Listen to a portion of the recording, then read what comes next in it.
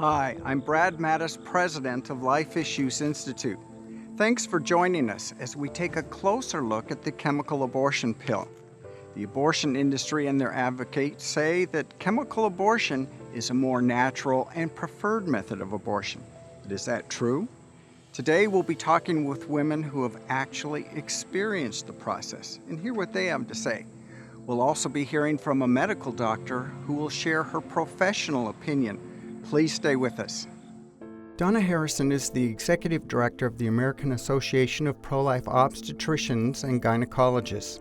She is well versed in the process of chemical abortion, a two-drug protocol with the first pill taken at the abortion facility and the second taken by the woman all on her own, as well as the possible serious risks and complications. The first drug is mifepristone, which is called Mifeprex. And that first drug is taken and it blocks the effects of progesterone in a woman's body. It blocks the ability of her womb to feed and nourish the baby. A second drug is given later, and that drug is misoprostol. It's also called Cytotec. And that drug causes the woman's womb to contract and squeeze the baby out. Dr. Harrison, studies have shown that chemical abortion can be more risky for women than surgical abortion. What do you know about the science and the risks involved? One of the best studies was done out of Finland. In that study, they looked at 42,000 abortion patients. About half of them were chemical abortion, about half of them were surgical abortion. And what they found is that the chemical abortion patients had 4 times the complication rate that the surgical abortion patients had.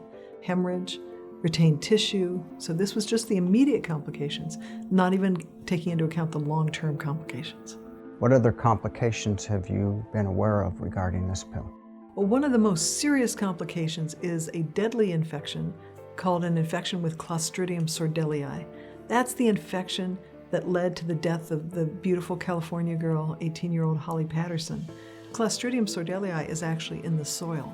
So we are exposed to that, but when your immune system is suppressed, as it is with both Mifeprex and with misoprostol, then women can't fight off that infection, and it can lead to a rapidly fatal infection.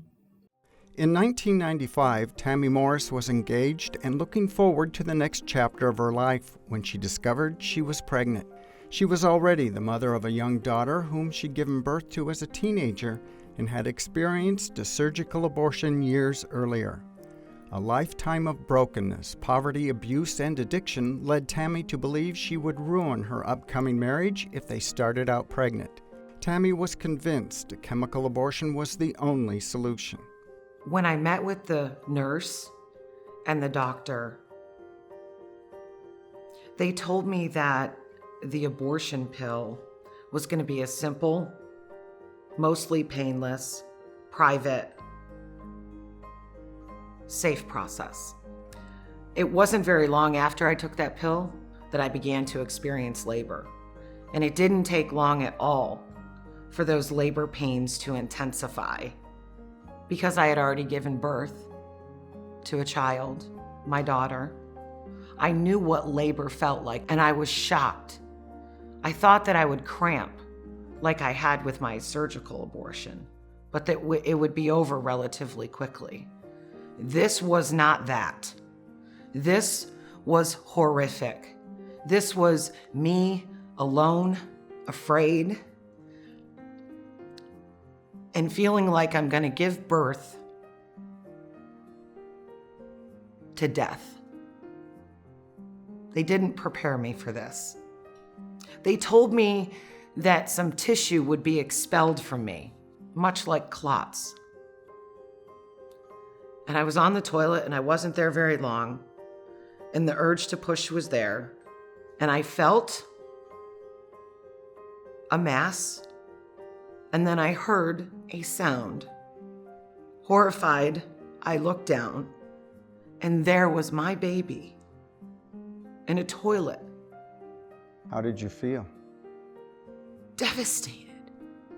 This wasn't uterine tissue.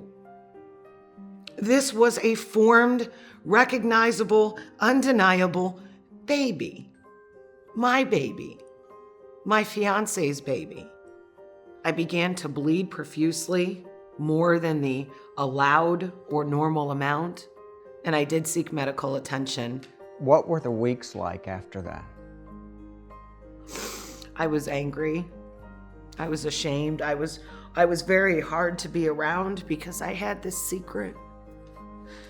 I had this traumatic experience that I couldn't share with anybody. And after all, how does a mother who killed her own child in the womb intentionally, how does she grieve outwardly? Shortly after graduating from college, Oregon native Elizabeth Gillette and her boyfriend found out they were pregnant. While afraid she couldn't juggle working and being a mom so soon after graduating, she wasn't convinced abortion was the answer. Her boyfriend offered no support and pushed her to make an appointment at Planned Parenthood.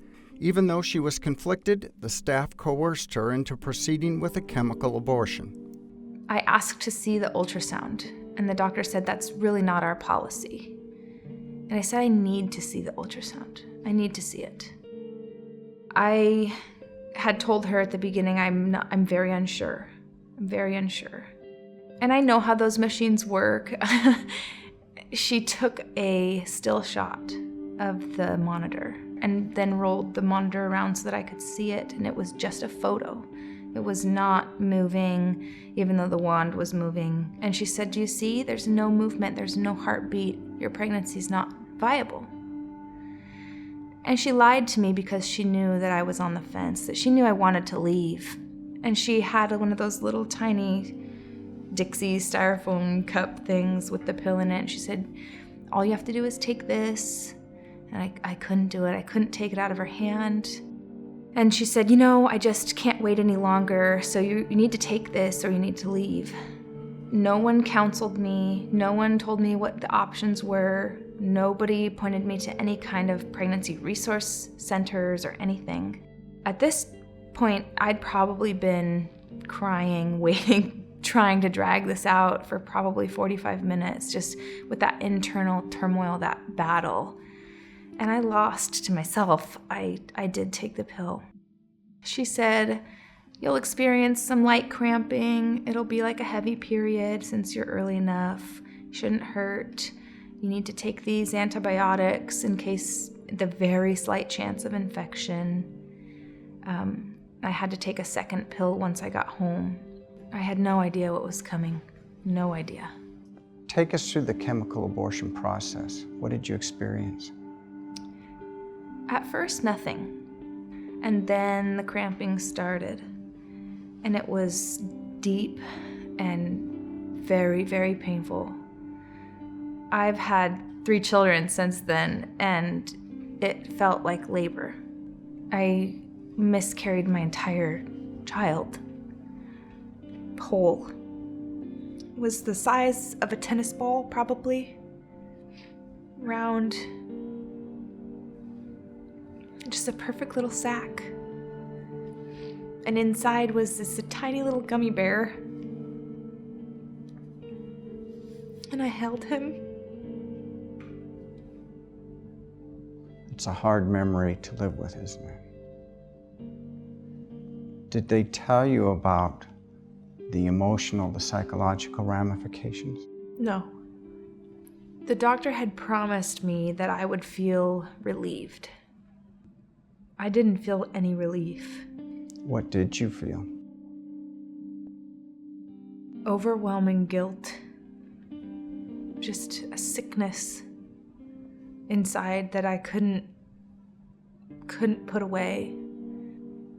Nightmares started shortly after. I stopped eating. I became anorexic. I was later diagnosed with acute post-traumatic stress disorder. Similar to surgical abortion, there are associated risks of psychological ramifications, but on a potentially more serious level with chemical abortion. Dr. Donna Harrison has found many women are unaware and ill-prepared for the emotional consequences of chemical abortion. With an abortion, you get no social support. So these women grieve the loss of their child, and they have no social support for it. And that ends up as a complicated grief, and that's why you have these, increased risk of suicide, substance abuse, and hospitalizable major depression. Overall in this country, about 1/3 to maybe a little under a half of early abortions are chemical abortions. That many? Yeah, that many. And it's seen as the answer to the abortion industry's biggest problem, which is doctors won't do abortions. 85% of OB-GYNs do not do abortions. And that's not because we don't know how. That's because OB-GYNs know that they're caring for 2 patients, and they don't want to kill their patient. Dr. Harrison, the women we spoke to while at the abortion facility were told by the staff that chemical abortion is natural, easy, and almost painless. What do you have to say about that? Well, that's a lie. It's none of those. It's not natural for a woman's body to have progesterone blocked in the pregnancy. It's completely unnatural. Bleeding from a surgical abortion lasts a day. The bleeding from a chemical abortion can last weeks to months. It's a lot more painful because the woman is physically passing the baby and placenta like labor. And in a surgical abortion, she's hopefully under anesthesia. The mantra out there is, oh, pop a pill and poof, it's over. Well, it's not over. It's aborting with mifeprex and misoprostol is a tough process. And these women are on their own to do it. It's almost patient abandonment. Between the ages of 17 and 32, Tammy Morris experienced 8 abortions. Trying to ease the pain, she struggled for years with addiction and anger. By 2012, Tammy was running a nonprofit ministry for homeless mothers and children, a cause very dear to her heart. She was asked to speak at a local church, but they didn't want to hear her normal ministry pitch. They wanted to hear about the real Tammy, a prospect that threatened to penetrate the emotional walls Tammy had built around herself. I had my speaking notes and I did my research on the church so that I could understand the audience. And I stood up at that podium and I began to tell my story of what was done to me and the brokenness and trauma it caused, and then later what I would come to do to myself as a result of being unhealed. And as if someone was speaking in my ear, probably God, I heard, "Tell them about your babies." And so I did. And it was in that moment that I realized that I was broken and that the love of God hadn't penetrated that very deep wound within me. Because after all, how can I grieve when I'm the one who killed him? And God, in his wisdom over the next year or so, began to bring pro-life people and pregnancy center leaders because of my work with this nonprofit ministry. I began to interface with them. It was a combination of so many things, and yet all of them were absolutely necessary in weaving together my healing journey, or at least the start of it. But I found hope and healing in talking, in speaking them out, and acknowledging that, yes, I made this decision 8 times. But I made one decision that redeemed it all. And healing isn't an event. It's a journey. Years after her chemical abortion experience, Elizabeth Gillette sought counseling for the emotional trauma she was experiencing. Shortly afterward, she again became pregnant. With the baby's father uninvolved, Elizabeth was facing the same fears she experienced before her chemical abortion. But this time, Elizabeth knew she had to protect her baby and felt compelled to share her decision and story on social media. I made a video and I told the world, I'm pregnant again and I'm going to keep my baby, and you can too. And within 3 days, I had over 700,000 views. Hiding in the silence is just your own personal death sentence. But when you stand up and say, enough is enough, this hurt me, and it's hurting women everywhere, it just kind of set me free. Now I'm in a good place. I decided to not let this one choice define me. I've been forgiven. Tell me about your life now, Elizabeth. What's it like? So beautiful. I have 3 little kids and a wonderful husband, and life is everything I ever wanted it to be. But I'm missing one. Over the last few years, the prevalence and number of chemical abortions has continued to rise. Pro-abortion advocates are ignoring the dangers of chemical abortion and pushing for the abortion pill to become more widely available, including through online sales and telemedicine, which Dr. Harrison explains. The increased availability likely comes with a rise in the number of women who will suffer from serious physical and emotional complications. I think it's really ironic that abortion advocates say they're for women and they use the coat hanger, and yet now they're pushing a chemical coat hanger on women. They're pushing a self-administration of abortion so that they're not liable, and so that there's no way to regulate. That's their goal, is to make abortion something that women do to themselves so that the abortionist doesn't have any liability. The statistics that are available state by state show an increased number of abortions by chemical abortion, Right. even though the overall number of abortions are dropping in that state. That's right. Why do you think that is? Well, part of it is the push for telemedicine, where a woman stands in front of a TV screen and a doctor interviews her without doing a physical exam, pushes a button, and a drawer opens and there's her abortion. It's almost as bad as the abortions by mail. It's easier to distribute.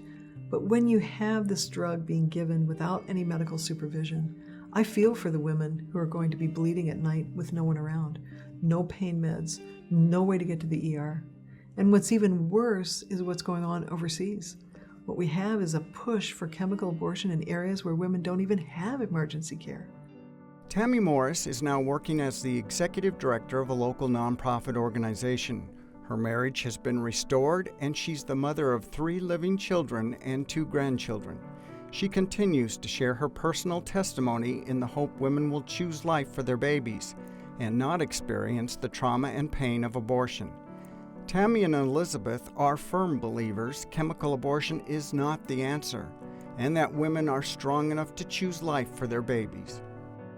You are strong enough. You can do it. There is not a single woman on this planet that is not strong enough to be a mom or a mom again. Our society is just breeding fear. We tell our women to go out there and get a job and be everything that you can be except be a mom. And that's a lie. I have yet to meet a woman that doesn't regret her abortion. And it's a regret that you can't reconcile. It's forever. Chemical abortion, just savage. It's not the answer. What is the answer? Choosing life. Choosing life. Your life. Their life. If I had it to do all over again, I wouldn't have allowed a temporary situation that caused fear and uncertainty, meaning an unplanned pregnancy, to control my choice. What would you say, Tammy, to a woman who may be watching this and contemplating having a chemical abortion? To seek out people that will help her choose life and walk through that.